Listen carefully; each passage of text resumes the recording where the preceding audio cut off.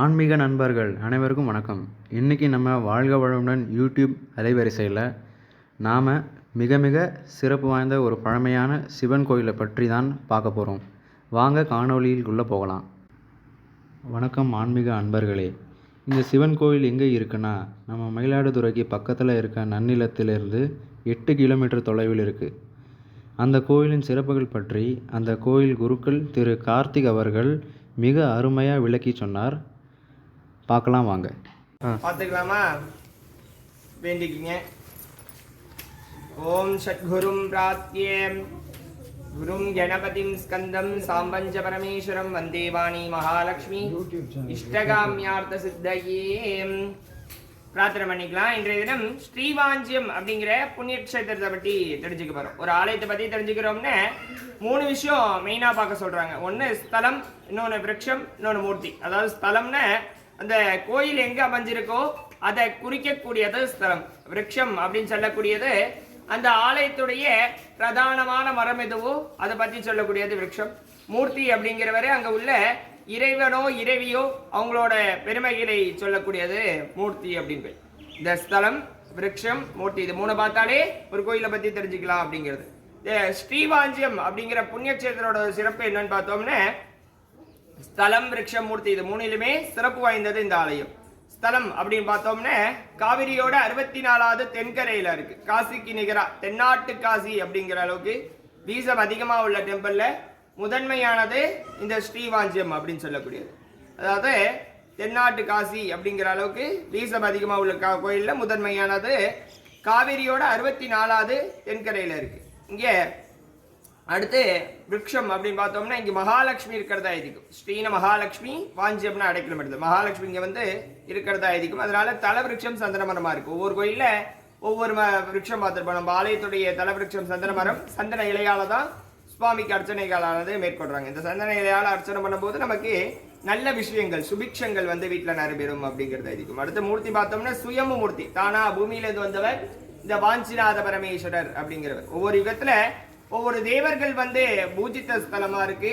அதுல முதல் யுகத்துல சூரியர் அப்படிங்கிறவர் பூஜை பண்றாரு. சூரியருக்கு பித்ரு ஜாபம் இருந்திருக்கு. முன்னோர் செய்த பாப ஜாப கர்ப்பதோஷங்களால சூரியர் அபக்தர்கள். சூரியர் வந்து சிவ பூஜை பண்ணி இந்த முன்னோர் செய்த பாவத்தை விளக்கிக்கிறார். அன்னிலேருந்து யார் யாரெல்லாம் சுவாமியை பார்க்க வரோமோ உங்களுக்கு முன்ஜென்மால செஞ்ச பாவம், முன்னோர்களால ஏற்படக்கூடிய பாப ஜாப கர்ம தோஷங்கள்லாம் விலகிறதா இருக்கு. 2வது யுகத்துல மகாலட்சுமி எழுதுக்காக மகாவிஷ்ணு வந்து பூஜை பண்றாரு. மகாலட்சுமிக்கும் மகாவிஷ்ணுக்கு சின்ன மனஸ்தாபம். மகாலட்சுமி கோச்சிட்டு இங்க வந்துடுறாங்க. திருப்பி திருமால் வந்து தபஸ் பண்ணி மகாலட்சுமி நினைச்சுக்கிறாங்க. கணவன் மணிக்குள்ள மிஸ்டர் அண்டர்ஸ்டாண்டிங் இருந்தாலும் நீண்ட நாள் கல்யாணம் ஆகாம இருந்தாலும் இங்க வந்துட்டு போனா கல்யாணம் ஆகும் அப்படிங்கறத இருக்கு. 3வது யுகத்துல யம தர்மராஜா பூஜை பண்றாரு. தர்மராஜாக்கு பிரம்மஹத்தி தோஷம் அப்படிங்கிற ஒரு தோஷம். அந்த பிரம்மஹத்தி தோஷத்தை ஸ்ரீவாஞ்ச வந்து சிவ பூஜை பண்ணி விளக்கிக்கிறார். திருப்பி சிவன்கிட்ட வரமா கேட்கிறார். ஐயா, யமன்னு பேரை சொன்னாலே பயந்து ஓடுறான், என்னை யாரும் வழிபட மாட்டுறாங்க, உன்னை எல்லாரும் காப்பாற்றுவாங்கிறாங்க, நீ சொல்ற வேலையை தான் நான் செய்யறேன், எனக்குன்னு கொடுக்கப்பட்ட கர்மா, எனக்குன்னு கொடுக்கப்பட்ட டியூட்டியை தான் நான் பார்த்துட்டு இருக்கேன், இருந்தாலும் யாரும் எந்த ஒரு மக்களும் என்னை வழிபட மாட்டுறாங்க, என் பேரை கேட்டாலும் பயந்து ஓடுறாங்க, எனக்குன்னு ஒரு வழிபாட்டு ஆலை வேணும்ங்கிறார். சுவாமி, நீங்க தனியாலாம் இருக்க வேணாப்பா, என் ஆலயத்தில் இருந்துக்கும் உனக்கு வந்து முதல் ஸ்தானம் தரேன். யார் வந்து என்ன பூஜை பண்ண வந்தாலும் உன்னை பார்த்துட்டு தான் வரணும். அந்த அளவுக்கு முக்கியத்துவத்தை தர வர மக்களுக்கு யமபயம் யம உபாதனைக்கு என்னுடைய சுருமார்ந்த ஆசீர்வாதம் பண்ணுங்கிற கேட்ட சிவஸ்வருமா சாந்த ரூபியா தர்மராஜா இங்க இருக்கிறதா இருக்கு. பொதுவாக யம தர்மராஜானா எரும மாட்டு மேல ஒரு கையில கெட்ட இன்னொரு கையில பாசக்கீடு வச்சிருக்கிறதா பார்த்திருப்போம். நம்ம ஆலயத்துல கெட்ட பாசக்கீடு எல்லாத்தையும் கீழே வச்சிருக்காரு. பக்கத்துல சித்திரகுப்தரோட எழுத்தாப்புல நந்திகேஸ்வரரோட சாந்த சுருமா தர்மராஜா இருக்காரு. இங்க இவர சாந்த ரூபியா இருக்கிறதுனால யம பயம் பேரு.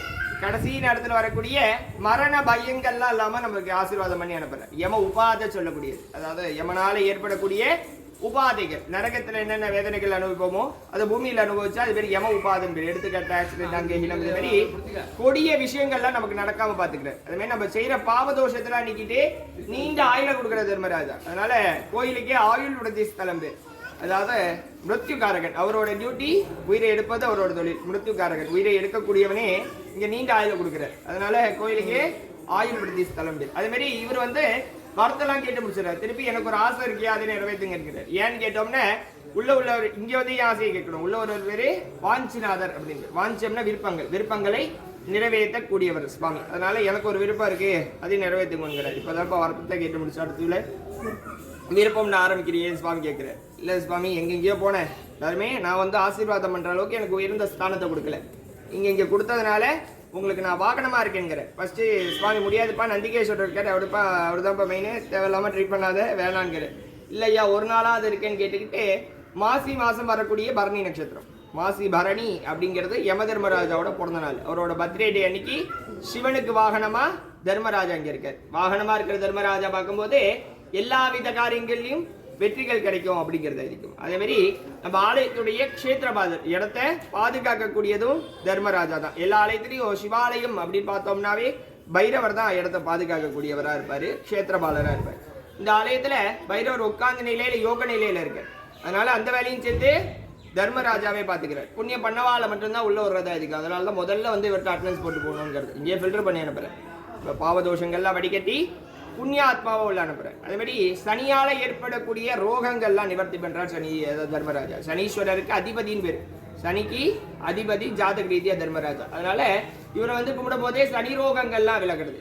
அதே மாதிரி 4வது யுகத்துல குப்த கங்கையின் பேர். குப்தம்னா ரகசியம், ரகசியமான கங்கையா இருக்கிறதா இருக்கும். காசியில 1000 கலைகளை கொண்டது கங்காதேவி. இந்த ஆலயத்துல 999 அம்சத்தோட என்றும் வத்தாத கங்கை அப்படிங்கிற ஒரு அம்சத்தை மட்டும் விட்டுட்டு ரகசியமா சிவனை பூஜை பண்றாங்க. அதனால இந்த ஆலயத்துக்கு ஒரு தாட்டி வந்துட்டு போனா காசிக்கு 1000 வாட்டி போயிட்டு வந்ததுக்கு என்ன பலனும் அதை கொடுக்கக்கூடியவர் இந்த வாஞ்சிநாத பரமேஸ்வரர் சுவாமி. கீழே பார்த்தோம்னா மனிதர்களோட ஒவ்வொரு நேரமும் எந்திரமா பிரதிஷ்டை பண்ணப்பட்டிருக்கு. டாக்டரால குணப்படுத்த முடியாத வியாதி கூட வாஞ்சிநாதத்தை கிளியர் ஆகிறதா இருக்கு. சமய குருவர்கள், சந்தான குருவர்கள் சொல்லக்கூடிய 4 வராலையும் பாடல் பெற்ற ஸ்தலம். அதாவது அப்பர், சுந்தரன், மாணிக்கவாசகர், திருஞானம், இந்த 4 பேருமே வந்து பாடியிருக்காங்க. அருணகிரிநாதரும் திருப்புகள் ஏற்றப்பட்ட ஸ்தலம். பொதுவாக சுந்தரர் என்ன சொல்றாருன்னா, ஸ்ரீவாஞ்சம் அடையவல்லாருக்கு ஊழ்வினை ஒரிய ஒட்டாது. இங்கே வந்துட்டு போனாலே பூர்வ ஜென்ம தோஷங்கள்லாம் உனக்கு ஒட்டாதுப்பா அப்படிங்கிற. அதுமாரி குட்டி மூர்த்தி ஏதோ தம்பி பேர் இருப்பார், ஞான சம்பந்தர் பேர். அவர் என்ன சொல்றாருன்னா, ஸ்ரீவாஞ்சம் அடையவல்லாருக்கு அல்லல் ஒன்றும் இல்லைங்கிறார். இங்கே வந்துட்டு போனாலே உனக்கு தொந்தரவுகள் எதுவும் இல்லை அப்படிங்கிற. 4 வராலையும் பாடல் பட்ட ஸ்தலம், மூவேந்தர்களாலையும் திருப்பணி பண்ணப்பட்ட ஸ்தலம். மூவேந்தர்கள் எழுந்து திருப்பணி பண்ணப்பட்ட ஒரே ஸ்தலம் இதை வாஞ்சிருந்தான். எல்லா மன்னனோட ஸ்டாச்சுவும் இருக்கும் இங்கே உள்ள. பார்த்தீங்கன்னா சேர சோர பாண்டியர், சிவாஜி வரைக்கும் எல்லா மன்னனோட மராட்டிய ஸ்டேஷன் வரைக்குமே இருக்கு, உள்ள இருக்கு. அந்த பின்னாடி குகை வடிவில் இருக்கிறதுலாம் மராட்டியோட கட்டமைப்பு. அங்கே பஞ்சலிங்கம் இருக்கும் பார்த்தீங்கன்னா, அது வந்து குகை வடிவில் இருக்கும். குகை வடிவில் நம்ம மன்னர்கள் யாருமே கட்ட மாட்டாங்க, மராட்டிய மன்னர்கள் மட்டும்தான் குகை வடிவில் கட்டக்கூடியது.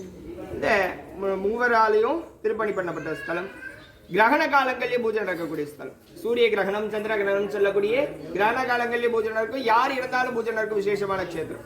அதாவது பொதுவாக கிரகண காலங்கள்ல எல்லா கோயிலையும் பூட்டிடுவாங்க. நம்ம கோயில ராகுவும் கேது ஒரே கல்ல இருக்காங்க. பொதுவாக நவகிரகத்துல ஜாதகத்துல பார்த்தோம்னா கிழக்கிற ராகுவும் மேற்குல கேதுவும் நடுவுல சனீஸ்வரர் இருக்கிறது தான் நவகிரகத்தோட இருக்கு. இங்க 2 பேரும் ஒரே கல்ல இருக்கிறதுனால நவகிரக பிரீத்தி ஸ்தலம் சொல்லப்படுது. ஜாதக ரீதியா நமக்கு எந்த ஒரு தோஷங்கள் இருந்தாலும் இந்த நவகிரக தேவதையான ராகு கேதுவை பார்க்கும்போது நமக்கு ஜாதக தோஷங்கள்லாம் விலகுது.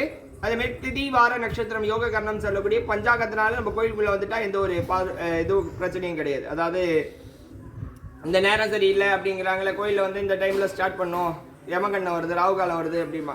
இந்த ராகு காலம் யமகண்டம் எதுவுமே கணக்கு கிடையாது. ஏன்னா உங்களுக்கு கிரகணமே கணக்கு கிடையாது, பூஜை மட்டும் நடக்கும். இது ராகுக்கு இது ஒன்றா இருக்கிறதுனால தர்மராஜாவே காவலாளியாக உட்காந்துருக்கிறதுனால இறப்பு தோஷம் கிடையாது. கோயிலை சுற்றி எந்த ஒரு இறப்பு ஏற்பட்டாலும் தோஷம் கிடையாது. பூஜை மட்டும் நடந்துட்டு இருக்கும், மௌனமாக நடக்கும். சுவாமி வருத்தத்தில் இருக்காரு, என் குழந்தை ஒன்று இருக்காரு, அதுட்டு வருத்தத்தில் இருக்காருன்ட்டு மௌனமாக பூஜை நடக்கும். மணி அடிக்காம மௌன நிலையில பூஜைகள் நடக்கும். அதே மாதிரி சுற்றி வரும்போது பார்த்தோம்னா ஃபர்ஸ்ட் வெண்ணெய் விநாயகர் இருப்பார். அவர் உடம்புலேருந்து வெண்ணெய் எடுத்து சாப்பிடும்போது சூடு சம்பந்தப்பட்ட வியாதிகள் விலகுது. அடுத்து கிழக்கு பார்த்த துர்கை மகிஷாசுர மர்தினின் பேர். கிழக்கு பார்த்த பெந்தையவங்களாலே உக்ர அதிகம்.